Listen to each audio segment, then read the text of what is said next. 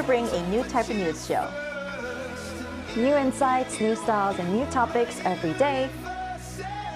We are News Generation.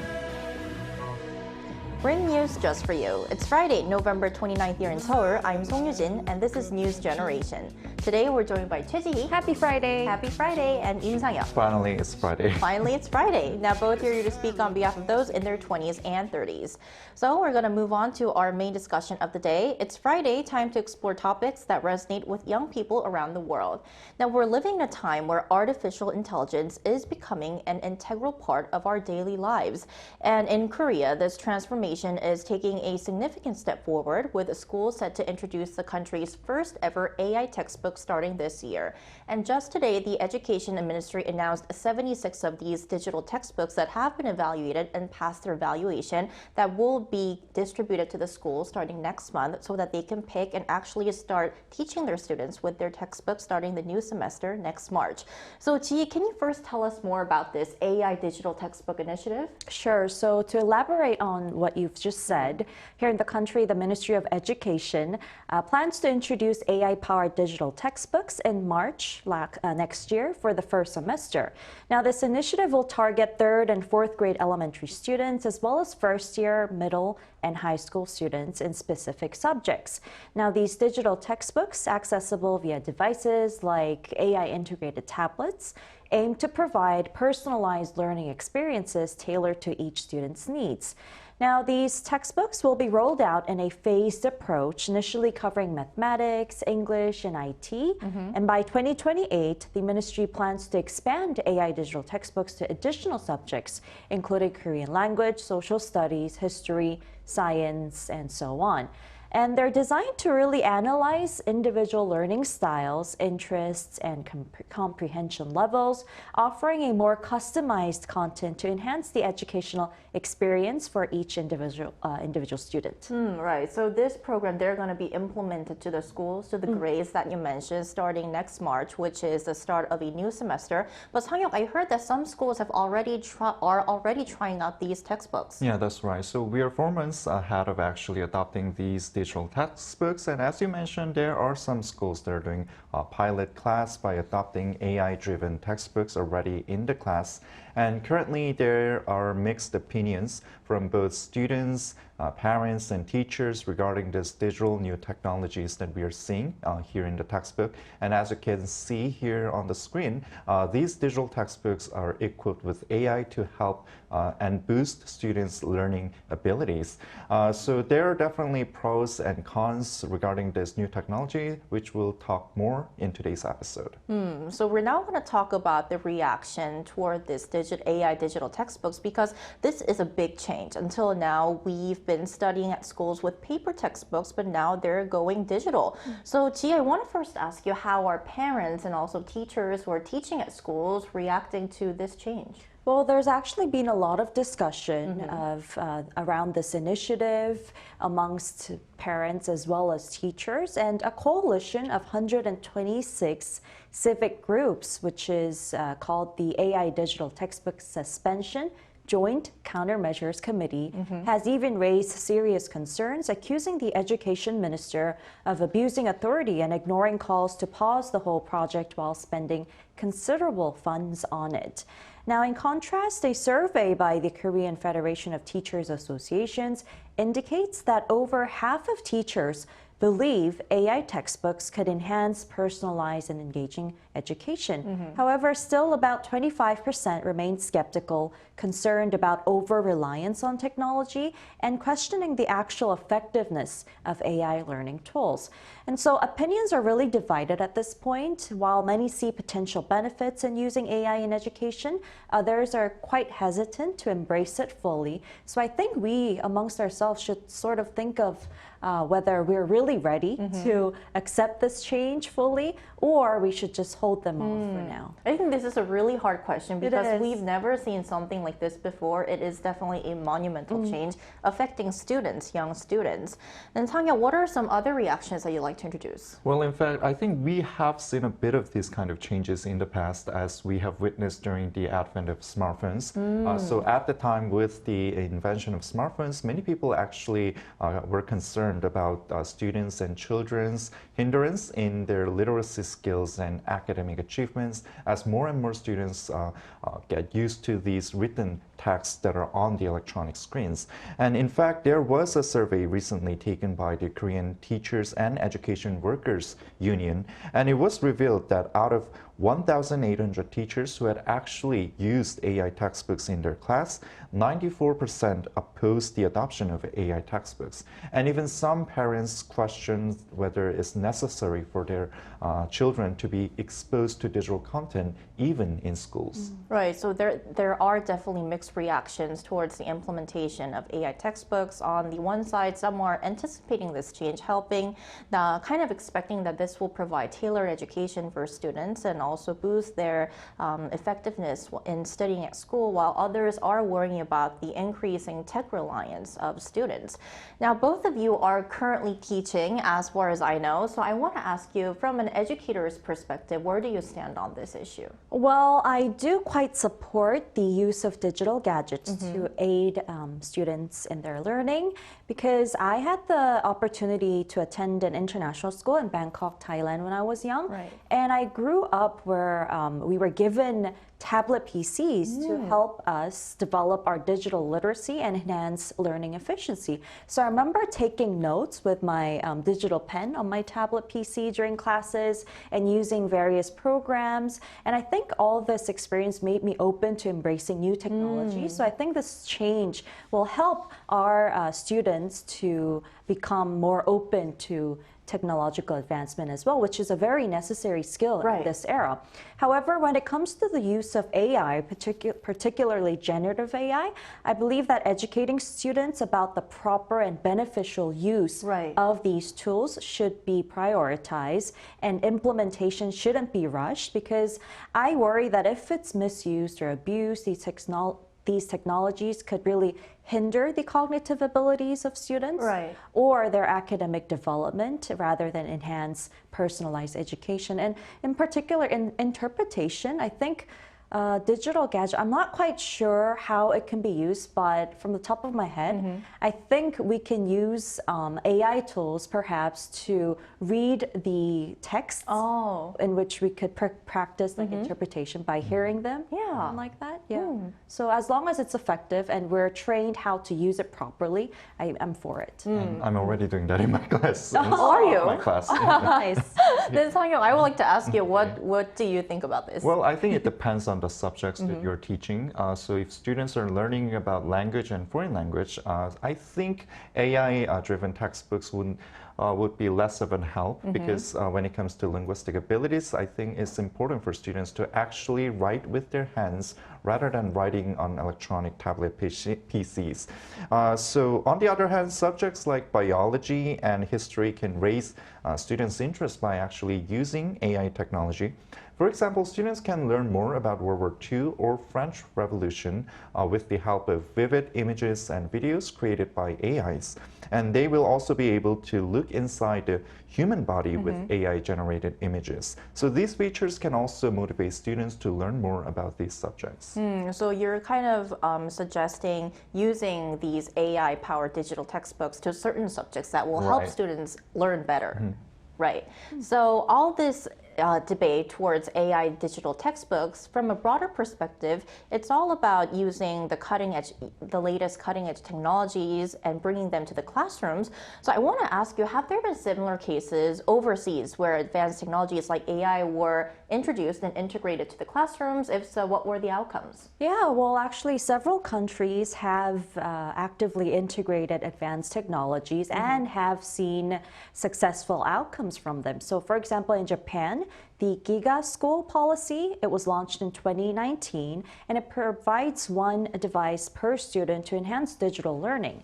Now, while it promotes personalized education, there are still challenges like device maintenance and teacher digital literacy. And also in countries like Germany, Poland, and Singapore, they fund laptop programs for elementary students, improving engagement and resource access. Although, once again, there still remains the issue of equitable access and cybersecurity.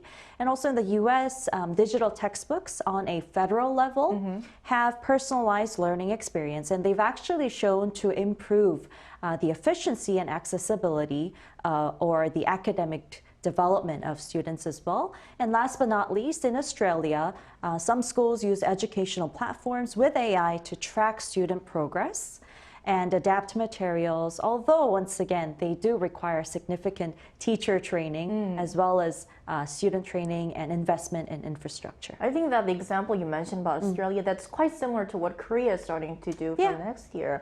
So there are actually cases where schools overseas have implemented the state-of-the-art technology into their classroom settings. But I think, Sang-Yuk, you can give us or show us the other side of the story. There have been some failures too, right? Right, so there were definitely failure cases. One of them would be in the US. There was a trend of alternative schools established by a Google engineer a few years ago. And these schools used paperless textbooks, but it was discovered later on that these textbooks actually lower students' academic achievements and made many parents to be concerned about their children's academic skills and aptitudes, and had to close down in 2019 because many students began to quit at the time. And Sweden was an early adopter of digital textbooks in class since 2017, but stopped using these textbooks for students at 6 or below as of August last year. The Swedish government announced that digital textbooks provoke low literacy skills to young children.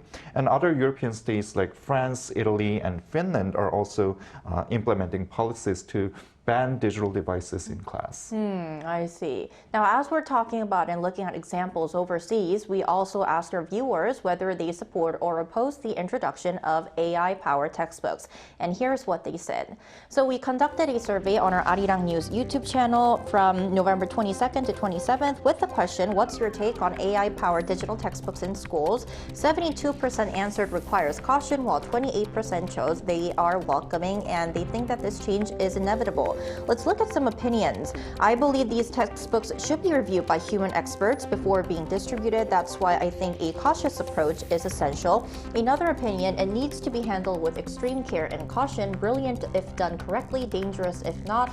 Our final comment, it is nice to welcome it, but needs a big caution. So I think that there is a general consensus that we still need to be cautious about it, and we need to think about how to implement these technologies in a safer way as it's affecting students.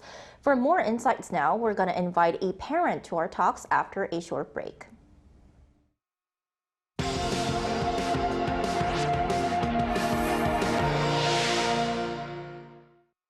NewsGen wants to hear from you. Go to YouTube and search our channel Arirang.News. Click Community and leave a comment down below. Make a new type of news with us. Joining us today is Dr. David Kwak, physician and professor of family medicine at Suncheonhyang University Hospital in Seoul. Dr. Kwak is the father of 3 children. Welcome, doctor, to the show. Good morning. Thanks for having me. Good morning. Thank you for joining us. So, Dr. Kwak, I want to first ask you, what are your thoughts on introducing AI textbooks in schools starting next year? And what do people, specifically parents around you, think about this change? So I had a chance to actually ask some of my peers and also some of the parents who are close to the friends of my children about their ideas and intakes about this new idea. And I think the sentiment is shared among everybody that we are actually looking at this with high skepticism and with great caution. Primarily, I think it's because it's, as you mentioned, it's a brand new technology that we're getting ourselves And as in the past, as G also mentioned, that there is a stigma that is associated with using digital pads, especially among children and growing adolescents, especially worries about getting exposed to inappropriate materials or getting out of their ways to actually access some of the stuff that they're not supposed to. Or just in the great amount that the information is provided on that measure. So as a parent, as you mentioned, as a parent of three children who are actually attending elementary, they're in currently first, third, and fifth grade, now going on to second, fourth, and sixth grade, so they will be heavily affected by this decision. I am really looking at this matter with high skepticism and a critical eye view. I see. So though as a parent you seem quite skeptical of this whole initiative, I'm sure there are benefits, which is why this is being implemented.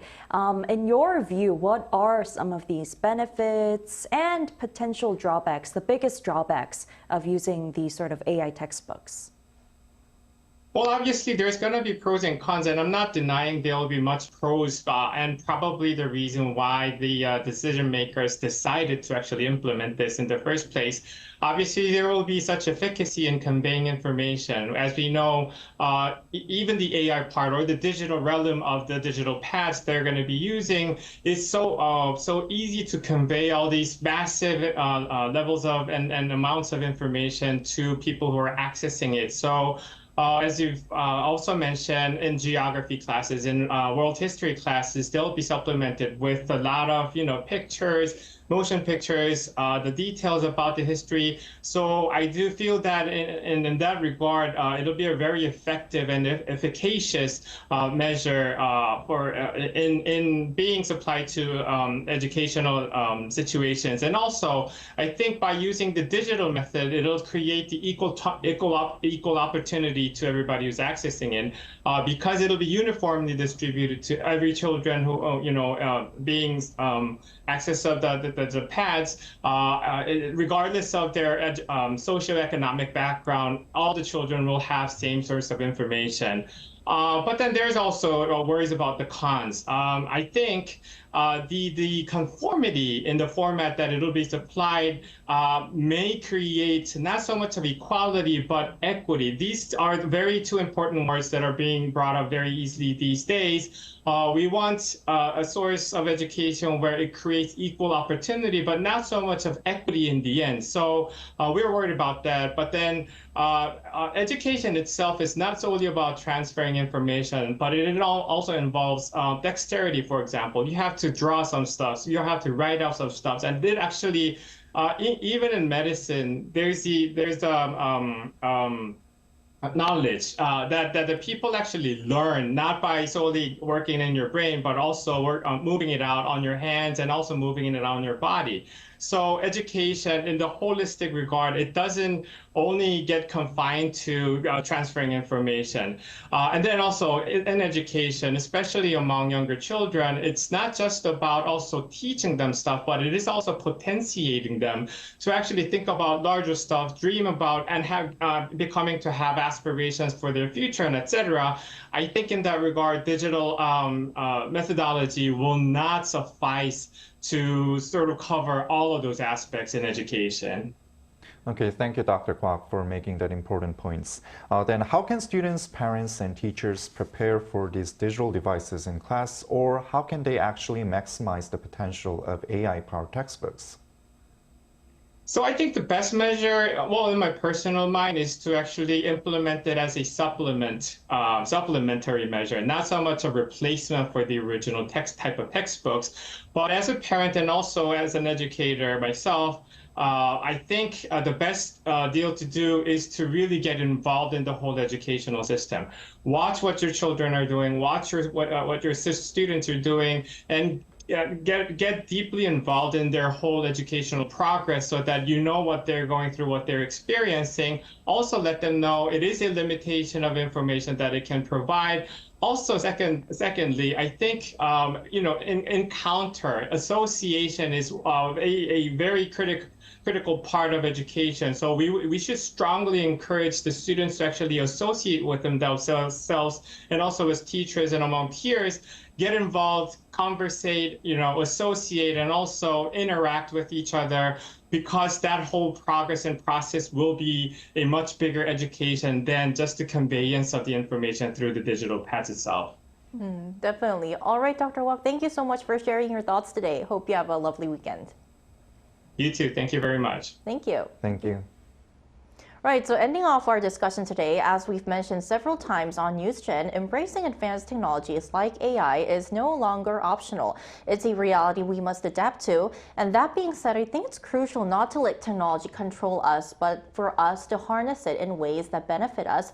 So I want to ask you, how can we strike this balance? It sounds really hard, but could you share your insights? Well, finding the right balance is all about, I think, seeing technology as a tool instead of letting it control us. And to make this happen, we need to really focus on ethical design to ensure that tech actually helps us while also respecting our privacy and autonomy or personal choice. And education plays a big role here. Educating, like helping people build digital literacy so they can use tech wisely and think critically about it. They need extra discipline as well to use these tools rightly. And we also need policies that encourage innovation but come with safeguards to prevent misuse. And I mean, in the end, we're aiming for a partnership where we're using technology to enhance our abilities without taking away our freedom or well-being. And I think we can try this out, starting with the implementation of AI-powered textbooks, because paper textbooks are still gonna stay at classroom settings. So maybe we can try both and then balance them out, come up with safeguard measures for the betterment of the students. What do you think? Yeah, so let me just echo what she said. So I think that AI technology is here to stay and is the trend that we cannot no longer deny. But however, I think it's not the fault of the AI that we should be concerned of. It's always the humans that cause the problems. So I think it's really important to teach our students about how to use AI wisely and effectively for their learnings, and also keep mentioning about the importance of digital literacy to our children. And furthermore, I think we definitely need additional social measures and regulations on how to use AI in the right pathway. Right, so we'll have to see what this implementation of AI digital textbooks will take us. And that's all from us today, but NewsGen will be back next Monday at 10:30 a.m. Korea time. Special thanks today to Choi-ji. Thank you. Thank you, and Im Sang-yeop. My pleasure. Thank you, and thank you everyone for watching, and have a great weekend. We are News Generation.